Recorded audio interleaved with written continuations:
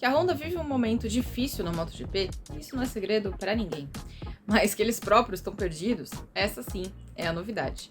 E esse é o assunto de hoje, aqui no Grande Prêmio.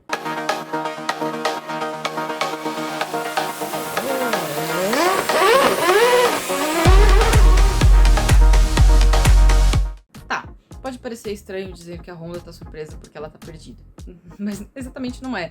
Por quê? Alberto Puig deu uma entrevista para o site oficial da MotoGP durante o fim de semana do Grande Prêmio das Américas e ele confessou que a Honda tá confusa porque ela não consegue entender por que as melhoras que eles sabem que eles conseguiram na moto não estão dando resultado na pista. Vamos voltar um pouquinho para a gente entender de onde começaram esses problemas da Honda, né? Quando foi que isso tudo começou? Faz muito tempo, muito tempo.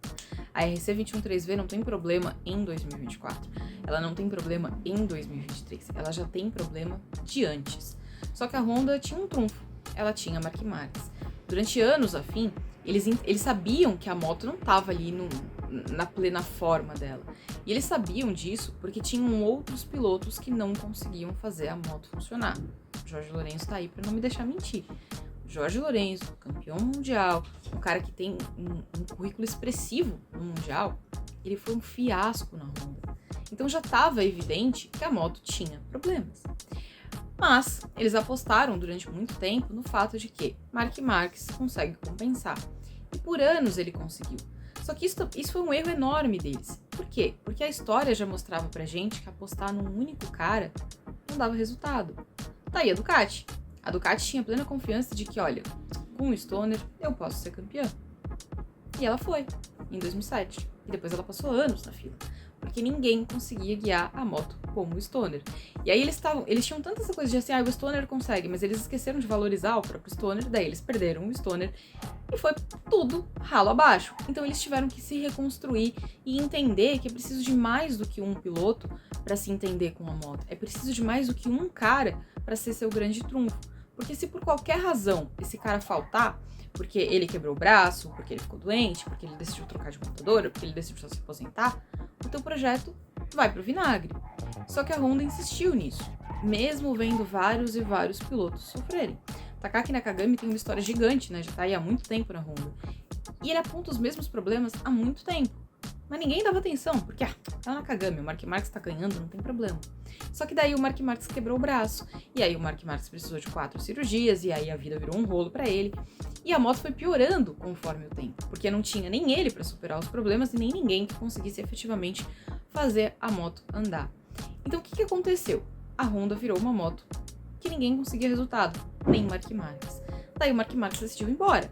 Ele já passou os 30 anos, tá vendo que a carreira dele tá caminhando mais pro fim do que próximo do começo, e ele entendeu que ele precisava descobrir se ele ainda era competitivo. Rompeu o vínculo com a Honda um ano antes do prazo e foi correr de Ducati, dentro da Gresini. O que a Honda fez?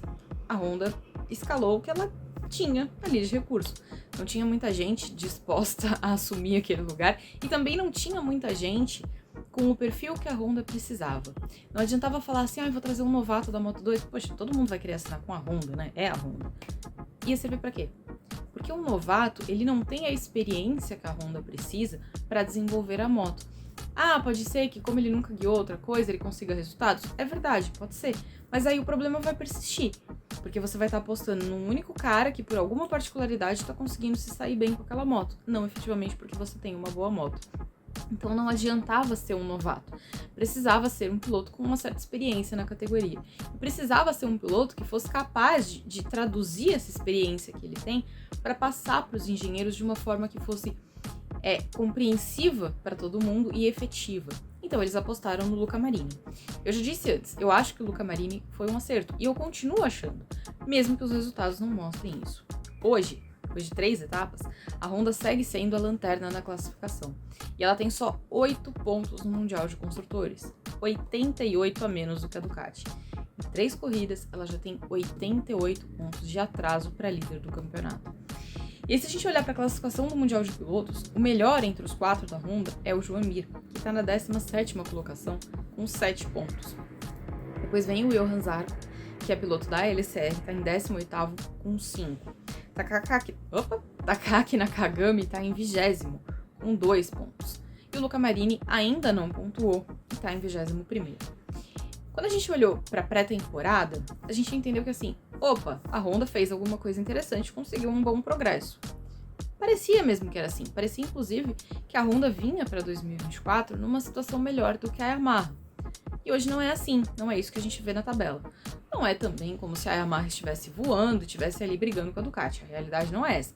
Honda e Yamaha seguem ali de mãozinhas dadas, mergulhadas no caos. Mas a situação da Yamaha é menos problemática. Também porque, para mim, pelo menos, a situação com a moto da Yamaha não é tão extrema.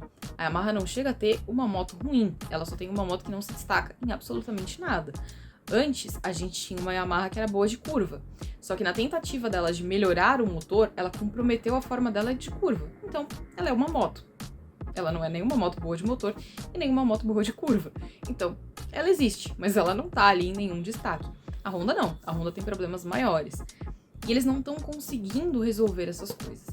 Como eu falei, o Alberto Puig deu uma entrevista para o site da MotoGP, ali no fim de semana do Grande Prêmio das Américas, e ele admitiu que eles estão confusos, porque eles não conseguem ver na pista os resultados que eles sabem que eles conseguiram com a moto, as melhoras que eles conseguiram com a moto.